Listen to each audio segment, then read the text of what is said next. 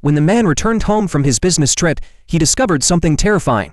Right outside his front gate, there were two massive footprints on the ground. Judging from the size, they were definitely left by another man. Next to the footprints was a pile of cigarette butts, which meant someone had been squatting and waiting there.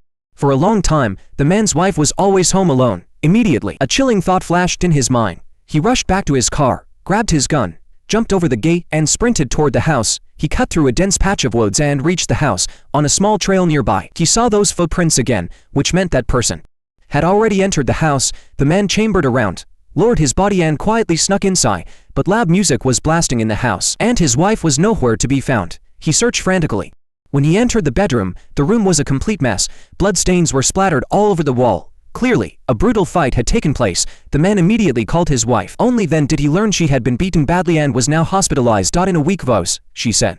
Right before he came back, a muscular man suddenly broke into the house. He said nothing. He just searched everywhere, but he seemed to find nothing. So out of rage, he violently assaulted her. Looking at his wife covered in injuries, the man swore he would find the attacker and make him pay. But the only clue they had was a green taxi. So the man decided to start there.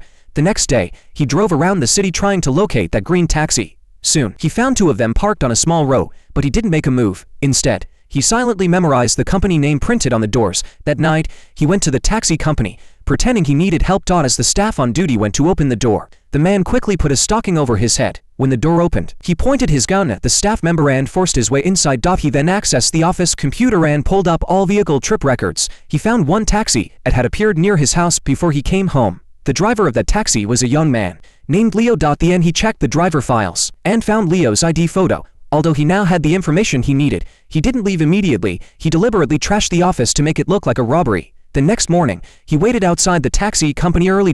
When Leo drove out, he quietly tailed him. After Leo stopped by the roadside waiting for passengers, the man got in.